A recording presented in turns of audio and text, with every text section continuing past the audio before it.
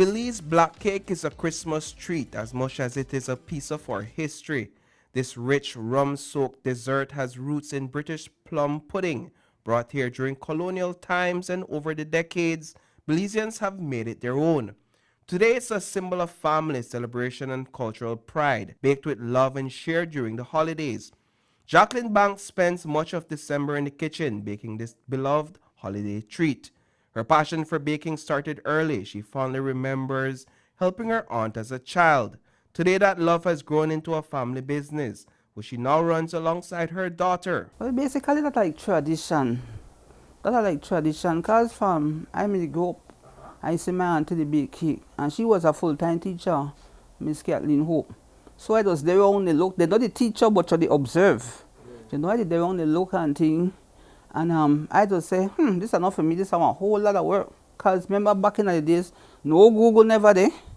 You know? So that like, you just have to Sunday when you love.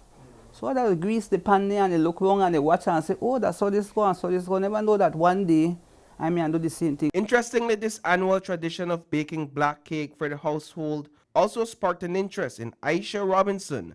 She learned by observing relatives in the kitchen, and later launched Kai's Creamy Creation after honing her skills in school. I think with black fruit cake, there's an art to it. Like you have to know exactly what you're doing and choose the right ingredients so that you don't have that overly power bitterness, and just the right black and the selections in the fruits that you use. Definitely your mixed fruits, your cherries, your prunes, soak in it. I think it doesn't even matter what the ingredients you use in terms of fruits, it's the process. Soaking your fruits is more important to me.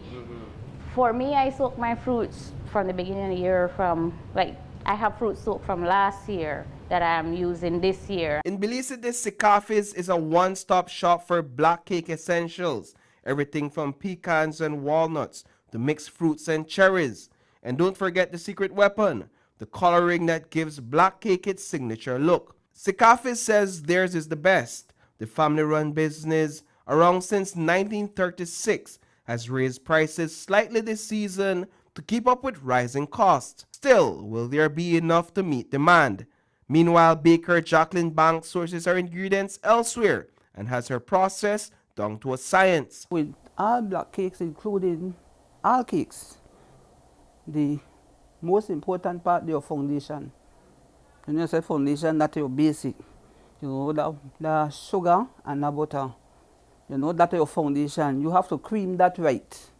You have to cream that right before you add in anything else. Whatever they come after, the egg, the flour, whatever, that have to cream right.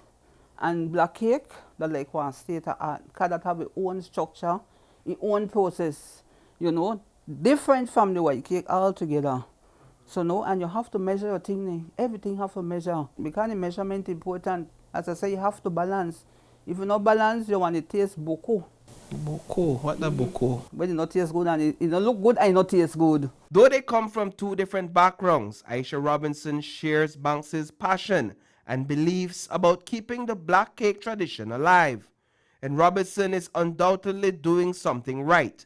In 2024, she beat out 60 competitors to win the title of Best Black Cake of the Year. Black cake symbolizes togetherness. I mean, everything come together in a black cake. I really think that one of the major thing where, like if the community would have come together the way how the ingredients come together in a black cake, I think we'd have a better society. So one thing remains certain, the black cake tradition lives on, embraced by young and more experienced bakers, all working to keep the culture alive.